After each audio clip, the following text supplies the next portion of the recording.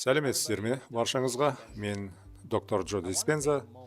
Өмірлеріңізді өзгертуге көмектесетін бірнеше қарапайым құралды үйрету үшін аз ғана уақыттарыңызды алғым келеді. Өзіңізге салған инвестиция, болашағыңызға салған инвестиция болып табылады. Бірінші қадам, күнделікті қарбалас өміріңізден сәл уақыт бөліп, сыртқы әлемнен ажыраңыз. Ұялы телефоныңызды өшіріңіз, теледидарды сөндіріңіз, компьютерді тоқтатыңыз. Денеңізді бірнеше минутқа жайғастырып, көзіңізді жұмып отырыңыз. Екінші қадам, бірнеше рет терең тыныс салып, өзіңізді ішкі орталыққа жинақтаңыз.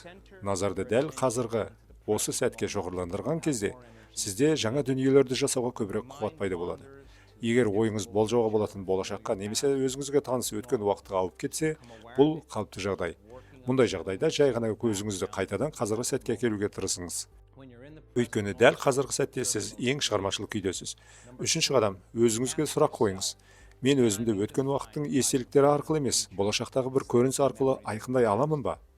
Маған өмірімде не керек? Мен нені қалаймын деп? Бұл сұрақтарға жауап беруге уақыт бөліңіз.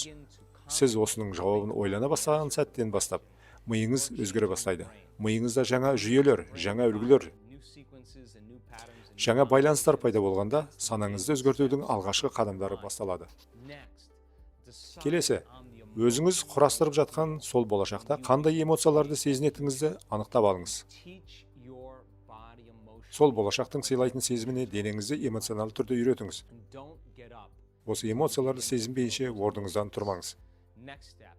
Төртінші қадам, көзіңізді ашқанда қандай адам болатыныңызды ойша қайталаңыз. Не істеуіңіз керек, қандай таңдау жасауыңыз керек, қандай қадамдар жасайсыз, бәрін ойша пысықтаңыз. Оларды қайта-қайта санаңызда қайталаңыз. Бесінші қадам, сіз өткен уақыттың биологиясын ұстап тұрып, болашаққа өте алмайсыз. Болашағыңызға қандай ойлармен баратыныңызды саналы түрде айқындаңыз. Оларды жазып қойыңыз. Мысалы, мынандай ойлар: менің қолымнан келмейді. Бұл тым қиын. Мен ешқашан өзгермеймін, ертең бастаймын. Маған не болды? Бұған біреу кінәлі. Сондай-ақ бойыңыздағы өзгертуге қажет мінез-құлықтарды, әрекеттерді немесе бейсаналы әдеттерді анықтаңыз. Сіз қалай сөйлейсіз? Әрқашан әр нәрсеге шағымданып жүрсіз бе? Басқа адамдарды кінәлайсыз ба? Сылтау айтасыз ба? Өзіңізді аяйсыз ба? Осы әрекеттердің барлығын барынша саналы түрде анықтай бастасаңыз, сонда сіз енді ешқашан бейсаналы күйге түспейсіз. Соңғысы, болашағыңызға енді қандай эмоциялардың жарамайтындығын нақтылаңыз. Егер бай болғыңыз келетін болса, тапшылық мұқтаждықты ала алмайсыз.